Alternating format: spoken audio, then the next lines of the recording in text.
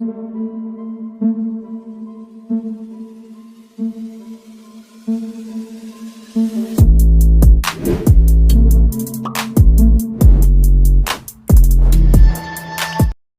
Story official में आप सबका स्वागत है। आज की कहानी की तरफ बढ़ने से पहले चैनल को सब्सक्राइब कर लीजिए और अगर कहानी अच्छी लगती है तो प्लीज़ लाइक एंड कमेंट करना मत भूलिएगा। दोस्तों, आज की कहानी बहुत ही ज़्यादा डरावनी है, तो ध्यान से सुनिएगा। कहानी है एक भूत बंगले की। तो देर नहीं करेंगे, कहानी की तरफ बढ़ेंगे। कहानी है आकाश और रिया की। आकाश और रिया इंडिया से बाहर रहते हैं और लगभग 5 साल हो चुके हैं इन्होंने इंडिया छोड़ दिया था। लव मैरिज शादी कर ली थी बाहर ही, इस वजह से वो अपने घर नहीं गए कभी, क्योंकि घर वालों को पसंद नहीं था कि वो उस लड़की से शादी करे। लेकिन आकाश और रिया दोनों बहुत खुश थे और एक दिन अचानक से आकाश के पिताजी का फ़ोन आता है। तो आकाश से उससे हालचाल लेते हैं और बहू का भी हालचाल लेते हैं और कहते हैं कि बेटा बहुत दिन हो गए हैं, अब देखने का मन है क्योंकि तुम्हारी माँ की तबीयत ठीक नहीं रहती है, तो तुम अगर एक बार आ जाओ तो अच्छा रहेगा। ये सुनते ही आकाश की आंखों में आंसू आ जाते हैं कि पिताजी का फ़ोन अपनी तरफ से आया है और हम दोनों को बुलाया है। ये सुनते ही रिया भी खुश हो जाती है और दोनों लोग अपनी पैकिंग शुरू कर देते हैं। आकाश के मम्मी पापा उत्तर प्रदेश के एक बड़े शहर में फ्लैट में रहते हैं। अब जब वहाँ पहुँचे, ये अपने घर पहुँच गए, मम्मी पापा ने स्वागत किया। पहले तो नापसंद था, लेकिन अब मजबूरन उन्हें हाँ करना पड़ा, क्योंकि इतने साल हो गए हैं साथ रहते हुए, तो क्या करते वो। अब उसे भगा तो सकते नहीं थे, इसलिए एक्सेप्ट करना पड़ा। सब बहुत खुश थे। आकाश इकलौता लड़का था, इसीलिए इनको ये सब करना पड़ा था। परिवार, रिश्तेदार सब ने छोड़ दिया था उनको, लेकिन अब उनकी स्थिति ठीक नहीं थी, बीमार रहते थे दोनों लोग। तो आकाश ने भी सोचा क्यों ना कुछ दिन अब हम यहीं रहेंगे और अगर सब कुछ ठीक रहा तो बाहर जाएंगे, वरना अब यहीं रहेंगे। उनके मम्मी पापा इस बात से तो और खुश हो गए थे और उन्होंने मम्मी को हॉस्पिटल में दिखाया, बड़े हॉस्पिटल में, और इलाज उनका चालू हो गया। इसी बीच रिया बोलती है कि तुमने बताया था कि गाँव में तुम्हारी एक हवेली है, मतलब बहुत बड़ा बंगला है हवेली जैसा, तो क्या हम वो देखने जा सकते हैं? आकाश कहता है मैं पापा से बात करता हूँ, अगर पापा ने हाँ बोला तो वहाँ चलेंगे, क्योंकि वहाँ मैं कभी नहीं गया, बचपन में गया था, उसके बाद से मुझे याद भी नहीं है कि वो कैसा है, लेकिन सुना है बहुत बड़ा बंगला है वो, एकदम हवेली की तरह। सालों पहले हमारे परदादा दादा लोग वहीं रहते थे, मम्मी पापा यहाँ आकर बस गए थे और तब से यहीं रह रहे हैं। लगभग 50 साल हो चुके हैं यहाँ पर ये लोग शिफ्ट हुए। अब आकाश अपने पापा के पास जाता है और पापा से पूछता है कि पापा क्या हम अपने बंगलों में जा सकते हैं देखने के लिए? पापा पहले एकदम से चौंक जाते हैं और कहते हैं कि बेटा इतने सालों बाद तुम्हें बंगले की याद क्यों आ गई? तो आकाश कहता है कि पापा बस ऐसे ही, क्योंकि मैंने देखा नहीं है, बचपन में देखा होगा पर अब याद नहीं है। दादाजी जब यहाँ थे तो उन्होंने बताया था कि बहुत अच्छा है, बहुत बड़ा है। तो पापा कहते हैं हाँ अच्छा है, वो बड़ा है, लेकिन वहाँ जाने लायक नहीं है बेटा। तो आकाश कहता है क्यों पापा, क्या हुआ? आपने कभी उसके बारे में कुछ बताया नहीं है? तो वो कहते नहीं बेटा ऐसा कुछ नहीं है, बस हम वहाँ नहीं जाते हैं। लेकिन आकाश ने जब बहुत जिद की तो पापा ने कहा ठीक है, अच्छा तुम दोनों जाओ, लेकिन अपना ध्यान रखना और सुबह जाओ और शाम को वापस आ जाना, रात में वहाँ रुकने की ज़रूरत नहीं है। तो इन्होंने कहा ठीक है पापा। अब दूसरे दिन सुबह ही मम्मी का इलाज तो चालू हो ही गया था, इसलिए इतनी टेंशन नहीं थी। ये अपनी गाड़ी से ही वहाँ के लिए निकल पड़ते हैं। लगभग 25 किलोमीटर था, यानी कि ज़्यादा दूर भी नहीं था। घर से लगभग 10 बजे ये निकले थे और रिया बहुत ही ज़्यादा एक्साइटेड थी कि मुझे इतना बड़ा बंगला देखने को मिलेगा। इंडिया में ऐसी चीज़ें बहुत ही अच्छी मानी जाती हैं, लोग एक्सप्लोर करने आते हैं इतनी दूर दूर से, तो मैं अपनी ही हवेली देखने जा रही हूँ। ये सोच करके वो गाड़ी में चुपचाप बैठी हुई थी।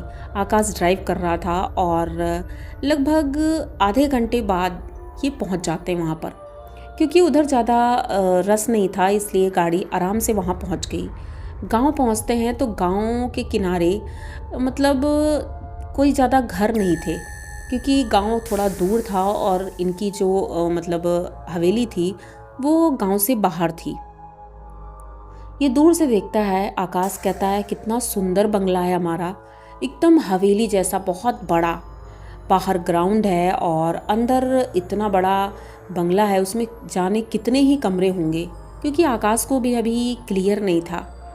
ये गाड़ी से उतरता है, दोनों लोग हाथ पकड़ते हैं और चल देते हैं।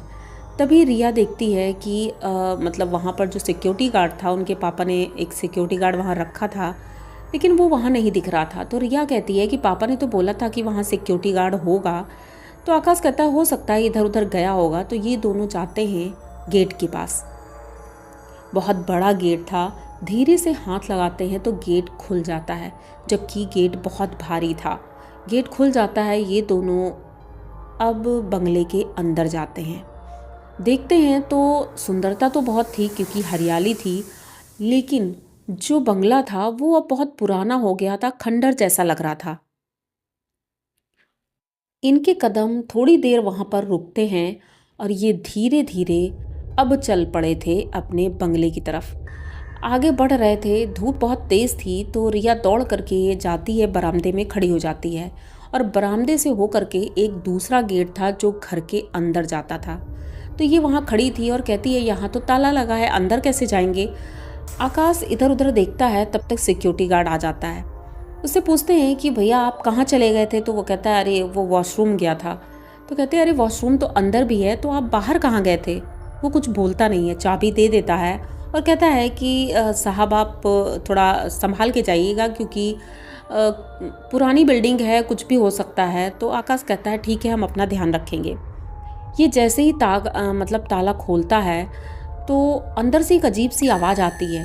दोनों अवॉइड करते हैं, उसके बाद अंदर जाते हैं। अंदर का माहौल, जाले लगे हैं, मतलब वो सिक्योरिटी गार्ड भी कभी अंदर नहीं गया था, वो हमेशा बाहर ही रहता था।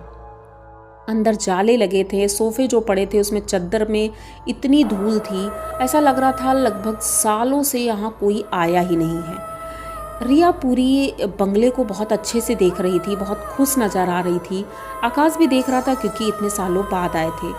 देखते देखते अचानक से बादल गरजने लगते हैं और बारिश बहुत ज़ोरों से होने लगती है। आकाश खिड़की से बाहर झांकता है तो रिया से बोलता है कि यहाँ तो बारिश बहुत ज़ोरों से होने लगी है, हमें घर भी जाना है, क्योंकि पापा ने बोला था कि जल्दी घर आ जाना। रिया भी घबरा जाती है कि अगर जल्दी नहीं गए तो पापा नाराज़ हो जाएंगे। अब ये दोनों खिड़की के पास खड़े रहते हैं, तभी इन दोनों को लगता है कोई इनके पीछे से निकल कर गया है। रिया पीछे देखती है तो पीछे कोई भी नहीं था।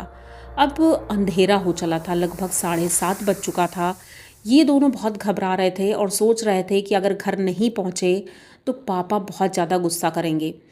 इसी बीच सिक्योरिटी गार्ड आवाज़ देता है कि साहब आप रुकेंगे या जाएंगे। तो आकाश कहता है कि रुकना तो नहीं था क्योंकि हमें जाना है, लेकिन बारिश इतनी ज़ोर हो रही है तो थोड़ा रुक के जाएंगे। सिक्योरिटी गार्ड कहता है कि साहब मुझे तो जाना होगा क्योंकि 8 बजे मेरी ड्यूटी ख़त्म हो जाती है और अब मैं सुबह ही आऊँगा। आकाश कहता है तुम्हारी ड्यूटी तो मतलब पूरे टाइम के लिए है ना। तो कहता है लेकिन साहब मैं रात में यहाँ नहीं रुकता हूँ। अब वो चला जाता है, 8 बज चुका था और वो चला जाता है। अब आकाश और रिया उस पूरे बंगले में अकेले थे। डर तो लग रहा था क्योंकि लाइट भी नहीं थी और अपनी मोबाइल की रोशनी से वो इधर उधर देख रहे थे। भूख भी लग रही थी। तो रिया कहती है गाड़ी में कुछ सामान रखा है खाने का, लेकिन गाड़ी तक जाएंगे कैसे, छाता भी नहीं था। तो अब वो दोनों भूखे प्यासे वहीं पर खिड़की के पास बैठे रहते। इतनी हिम्मत भी नहीं थी कि पूरे बंगले में घूम सके। तभी रिया कहती है कि मुझे वॉशरूम जाना है। आकाश कहता है चलो ठीक है, देखते हैं कहाँ पर है। टार्च की रोशनी से धीरे धीरे ये वॉशरूम ढूंढ रहे थे तो एक बड़े से कमरे में पहुंचते हैं। कमरा बहुत बड़ा था। तो देखते हैं कि उसी कमरे से अटैच एक वॉशरूम था। तो खुश होता है, कहता अच्छा हमारे दादाजी ने इतने अच्छे से बंगला बनवाया है कि उस टाइम के हिसाब से मतलब रूम के अंदर वॉशरूम भी बनवाया है। ऐसे ही बातें करते करते ये लोग वहाँ तक पहुँचते हैं, दरवाज़ा खोलते हैं। रिया कहती है आप बाहर ही खड़े रहना, मैं अभी आती हूँ। वो मोबाइल लेकर अंदर चली जाती है। काफ़ी देर हो जाती है और रिया बाहर नहीं आती है। आकाश दरवाज़ा नॉक करता है और आवाज़ देता है कि रिया तुम ठीक तो हो? तो रिया की कोई आवाज़ नहीं आ रही थी। अब आकाश घबरा जाता है, वो दरवाज़ा बहुत ज़ोर ज़ोर से पीटने लगता है, फिर भी रिया दरवाज़ा नहीं खोल रही थी। इसके बाद ये दरवाज़ा तोड़ने के लिए बहुत ज़ोर ज़ोर से धक्का देता है और फाइनली अंदर की कुंडी खुल जाती है। जब ये अंदर का नज़ारा देखता है तो देख करके एकदम दंग रह जाता है, क्योंकि रिया ज़मीन में पड़ी हुई थी, उसकी आंखें टंग गई थी और हाथ पैर एकदम अकड़े हुए थे। ये देख करके बहुत ज़्यादा डर जाता है। उसको एक हाथ से मोबाइल पकड़े था, एक हाथ से उसको उठाता है और किसी तरह बाहर रूम में लेकर आता है। रूम में एक बेड पड़ा था जो कि बहुत गंदा था, लेकिन अब मजबूरन उसे रिया को उसी में लिटाना पड़ता है। लिटाता है, पानी भी नहीं था। इसने सोचा अब होश में कैसे लाएं। खिड़की से हाथ बाहर निकालता है और पानी उसके मुंह पर डालता है, क्योंकि बारिश बहुत तेज़ हो रही थी। तो उस बारिश की बूंदों की वजह से उसे होश तो आ जाता है, लेकिन वो कुछ बोल नहीं रही थी। वो चुपचाप बैठी थी, कोई भी रिएक्शन नहीं था। आकाश ये देख करके बहुत घबरा गया था, आखिर इसको क्या हो गया है। उतनी देर से वो पूछ रहा था, वो कुछ भी जवाब नहीं दे रही थी। अचानक से बाथरूम का दरवाज़ा अपने आप उठकर खड़ा हो जाता है। ये आकाश अपनी आंखों से देख रहा था और दरवाज़ा बंद हो जाता है, जबकि आकाश ने वो दरवाज़ा तोड़ दिया था। उसकी कुंडी टूट गई थी, तो ये ऐसे कैसे, मतलब कुंडी भी लग गई, दरवाज़ा उठकर बंद हो जाता है। ये बहुत ही ज़्यादा अजीब था, लेकिन अब वो सिर्फ रिया के ऊपर उसका फोकस था कि रिया ठीक रहे। वो उसके पास ही बैठा रहता है, उसे सहलाता है, लेकिन वो कुछ तब भी नहीं बोल रही थी। आकाश कहता है कि ऐसा है, बारिश थोड़ी कम हुई है, हम घर चलते हैं। रिया उसकी तरफ देखती है, हाथ छुड़ा लेती है और कहती है ये मेरा घर है और मैं यहीं रहूँगी, मैं कहीं भी नहीं जाऊँगी। आकाश कहता है हाँ ठीक है, हमारा ही घर है, लेकिन हम यहाँ अभी नहीं रह सकते हैं, क्योंकि यहाँ पर बहुत गंदगी है और हम घर चलते हैं, उसके बाद बात करेंगे कि यहाँ रहना भी है कि नहीं। लेकिन वो जाने को तैयार नहीं थी। आकाश बहुत ज़्यादा उसे बोलता है, लेकिन वो फिर भी तैयार नहीं होती है। तो ये पापा को फ़ोन करता है और बताता है पूरी बात। तो उसके पापा कहते हैं बेटा कैसे भी हो तुम रिया को लेकर यहाँ आ जाओ। ये उसको उठाता है ज़बरदस्ती, लेकिन उठा नहीं पा रहा था, क्योंकि उसका वज़न अब डबल हो गया था। बहुत ज़्यादा परेशान था, कुछ समझ नहीं आ रहा था।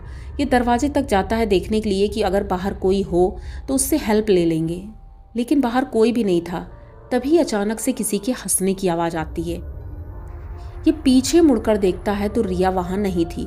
अब पूरे रूम में ये चेक कर लेता है, लेकिन रिया कहीं भी नहीं दिख रही थी। ये इतना ज़्यादा डर गया था कि इसकी आवाज़ भी अब निकलना बंद हो गई थी, क्योंकि दूर दूर तक उसकी आवाज़ सुनने वाला कोई भी नहीं था। अचानक से इसके ऊपर ऐसा लग रहा था जैसे किसी चीज़ की बूंदें गिर रही हैं। तो ये ऊपर अपनी टार्च जब दिखाता है तो रिया पंखे के ऊपर बैठी है। ये नामुमकिन था, क्योंकि पंखा बहुत ऊंचा था और रिया वहाँ तक नहीं पहुँच सकती थी। पर रिया ऊपर कैसे पहुँच गई ये समझ में नहीं आ रहा था, और ये रिया को अब नीचे कैसे उतारेगा ये सोच सोच कर इसको घबराहट हो रही थी। ये बहुत गुस्से में आकर उससे बोलता है तुम ऊपर क्यों गई और ऊपर गई कैसे तुम। वो ऊपर से हंस रही थी। उसकी हंसी इतनी डरावनी थी कि आकाश को भी अब डर लगने लगा था, क्योंकि उसके दांत बड़े बड़े दिख रहे थे, आंखें एकदम लाल थीं और दांतों से जैसे खून टपक रहा हो। वो सीन देख करके आकाश तो चीख पड़ता है। वो जिस तरह से हंस रही थी वो नॉर्मल इंसान तो बिल्कुल नहीं लग रही थी। आकाश बहुत ज़्यादा डर जाता है, पापा को दोबारा फ़ोन करता है। तो उनके पापा कहते हैं ठीक है तुम परेशान मत हो, मैं कुछ करता हूँ। तो वो सिक्योरिटी गार्ड को फ़ोन करते हैं और कहते हैं कि तुम जल्दी से बंगले में जाओ और आकाश और रिया को तुम्हारी ज़रूरत है। तो सिक्योरिटी गार्ड पहले तो डर रहा था, लेकिन जब उन्होंने इतना ज़्यादा रिक्वेस्ट किया तो सिक्योरिटी गार्ड अपने एक दोस्त को ले करके बंगले में पहुंचता है। उसे भी बाहर से हंसने की आवाज़ें बहुत ज़ोर ज़ोर से आ रही थी। जैसे ही वो दोनों अंदर आते हैं तो वहाँ का नज़ारा देख के वो भी डर जाते हैं कि रिया पंखे के ऊपर से अब वो दीवार में चढ़ रही है।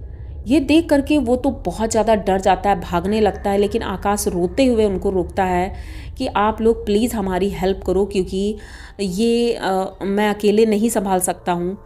तो वो लोग कहते हैं ठीक है साहब आप परेशान मत हो। ये किसी तरह हेल्प करके बहुत मुश्किल से रिया को पकड़ते हैं। एक रस्सी से उसके दोनों हाथ और पैर बांध करके उसको गाड़ी में डाल देते हैं। वो अभी भी कभी रो रही थी, कभी हंस रही थी। उसकी स्थिति बहुत ख़राब लग रही थी। आकाश अब परेशान हो रहा था कि मैंने बहुत बड़ी गलती कर दी, यहाँ आ करके हमें नहीं आना चाहिए था। ये अपने घर नहीं जाते हैं। पापा को फ़ोन जब करते हैं तो पापा कहते हैं कि वहाँ के पास में एक जो बहुत बड़ा हनुमान मंदिर है, तुम वहाँ पहुँचो, हम दोनों यहाँ से आ रहे हैं। तो आकाश सीधे मंदिर जाता है और उनके मम्मी पापा भी उधर से मंदिर पे ही पहुँचते हैं। जैसे ही मंदिर पहुंचते हैं तो रिया अब मंदिर नहीं जा रही थी। वो बहुत चिल्ला रही थी, एकदम रो रही थी, कभी कभी हंस रही थी, कभी एकदम से बच्चों की तरह बिहेव कर रही थी कि मैं अंदर नहीं जाऊंगी, मैं ठीक हूँ और आकाश प्लीज़ मुझे छोड़ दो। आकाश को कभी कभी दया आ रही थी, लेकिन उनके मम्मी पापा ने बोला कि नहीं, इसे मंदिर के अंदर ले जाना होगा। तभी पंडित जी आते हैं। वो अपने हाथ में एक जल लिए थे, वो जल उसके ऊपर डालते हैं तो वो एकदम से चीखते हुए बेहोश हो जाती है। जब वो बेहोश होती है तो ये दोनों फिर उसे अंदर ले जाते हैं। पंडित जी कहते हैं इसके ऊपर एक नहीं कई प्रेतात्माओं का साया है, क्योंकि ये जिस बंगले में गई थी वो लगभग 50 सालों से बंद है और वहाँ पर अब बहुत ही ज़्यादा निगेटिविटी है। वहाँ एक नहीं कई प्रेतात्माएं हैं जो अब उस घर में किसी को रहने नहीं देना चाहते हैं। रिया के मन में कहीं ना कहीं ये था कि हम इस बंगले में रहेंगे। शायद इसीलिए उन लोगों ने इसके शरीर पर कब्जा करके इसे परेशान करना चाहा। अब पंडित जी कहते हैं हमें पूजा करनी होगी और एक बड़े पंडित जी को बुलाया जाता है, क्योंकि ये पंडित जी को इतना नहीं पता था इन सब चीज़ों के बारे में। तो बड़े पंडित जी आते हैं और पूजा स्टार्ट करते हैं। पूजा 3 दिन चलती है। इस बीच में रिया की हालत बहुत ख़राब हो जाती, कभी कभी तो बहुत एकदम पकड़ से बाहर हो जाती थी, वो लोग पकड़ नहीं पा रहे थे। फाइनली 3 दिन बाद लेकिन रिया ठीक हो जाती है। एकदम ठीक नहीं होती है, लेकिन फिर भी पहले से बेहतर थी। उसे लेकर ये लोग शहर जाते हैं और हॉस्पिटल में भी दिखाते हैं, क्योंकि उसकी मानसिक स्थिति अभी भी नॉर्मल नहीं थी। लगभग 1 साल लग जाता है रिया को नॉर्मल होने में। कई मंदिर, कई जगह ये लोग जाते हैं दिखाने के लिए और भगवान की कृपा से रिया ठीक हो जाती है। लेकिन उस दिन के बाद से दोबारा उस बंगले में ये दोनों नहीं गए, क्योंकि वो एक्सपीरियंस बहुत ज़्यादा डरावना था। तो आप लोगों को इनकी ये कहानी कैसी लगी? अगर अच्छी लगी हो तो प्लीज़ चैनल को सब्सक्राइब करिए, लाइक कमेंट करिए, शेयर करिए और बने रहिए हमारे साथ। मिलते हैं फिर किसी नई कहानी में। तब तक के लिए डरते रहिए।